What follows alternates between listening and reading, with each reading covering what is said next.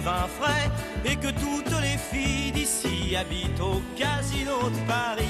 Non, elles n'habitent pas au casino de Paris, elles vivent d'amour et d'eau fraîche et de vin frais, je ne sais pas. En tout cas, jeudi dernier s'est déroulé un événement culinaire inédit.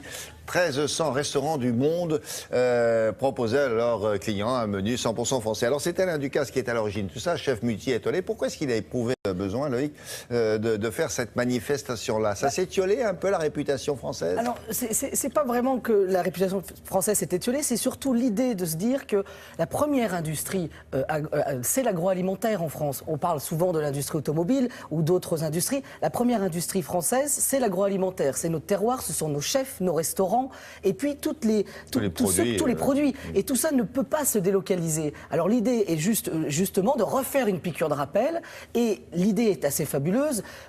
Le chef Alain Ducasse et le ministre des Affaires étrangères Alain Fabius se sont retrouvés et se sont dit... Laurent Fabius. Mais il a peut-être un cousin qui s'appelle... Oui.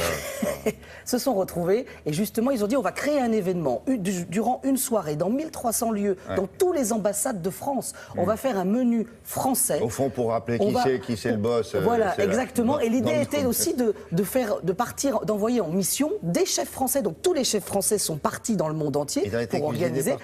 Partout dans le monde. Il y en avait à New York, il y en avait à Singapour. Nous sommes allés à Rome. Pas mauvaise idée. Voilà, au Palais Farnèse, qui est plutôt pas mal, qui est l'ambassade de France à Rome, et c'était Guillaume Gomez, chef du Palais de l'Élysée, qui était envoyé là-bas pour cuisiner un menu à la française. Alors, il faut expliquer que si vous ne regardez pas Télématin le samedi, en général, Loïc Ballet se déplace dans les régions à la rencontre de ceux qui créent la gastronomie, qui aident à progresser. Et il va là-bas avec un triporteur. L'idée, c'est de transporter le triporteur. Vous l'avez emmené là-bas? Ah bah j'y suis allé. Hannibal y était allé en éléphant, donc je me suis dit que moi, avec un triporteur, ça devrait être possible.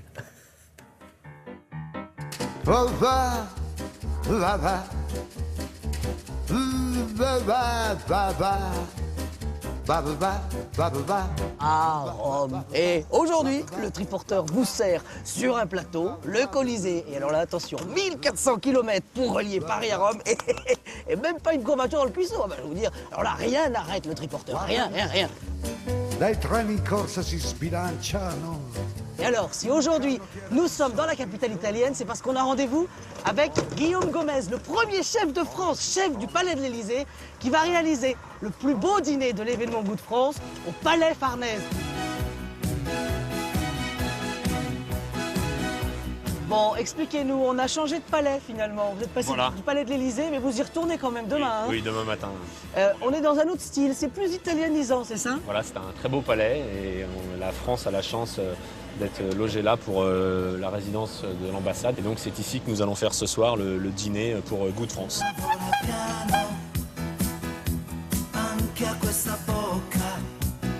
Et pendant que Guillaume Gomez s'active en cuisine, ici, on dresse la table. Ah oui, il est là aussi, le dîner à la française. Ce soir, vous allez avoir 25 mètres d'hôtel qui vont faire du service à la française. Donc, ils vont venir en salle, rentrer avec un plateau et vont présenter le plateau à gauche de l'invité, de l'ambassadrice, et les gens vont se servir. Et on va faire un exemple avec vous. Très bien. Et là, qu'est-ce qu'on fait? On se vous servez. D'accord. Tout à fait. Donc, comme vous pouvez voir, la cuillère à les armoiries de la République française, RF. Et c'est pour ça qu'on les présente dans ce sens? Exactement, tout à fait. Si j'ai bien compris dans cette histoire, en fait, tout est réfléchi à l'avance. Exactement. Et alors, ce soir, il y aura un peu plus dans le plat ou pas? Oui, ce soir. Non, là, c'est juste un exemple, parce que ce soir, nous avons envie que vous ayez encore... On mange pour de vrai quand même, d'accord. Exactement. Très bien.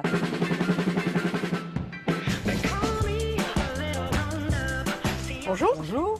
Madame l'ambassadrice. Bienvenue. Merci de nous accueillir. Nous sommes en France, là. Nous sommes en France. Incroyable, il fait beau. La gastronomie peut être un outil dans la diplomatie?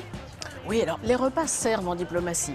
Ça permet de créer de la convivialité, parfois créer une ambiance plus personnelle, d'apprendre un peu plus de choses, de se confier aux gens, de faire en sorte qu'ils se confient. L'agroalimentaire en France, c'est un gros poste exportateur. Ça apporte de la richesse à notre pays et on veut aussi promouvoir ça, c'est évident. Et ce sont des choses qu'on ne pourra jamais délocaliser en plus. Jamais.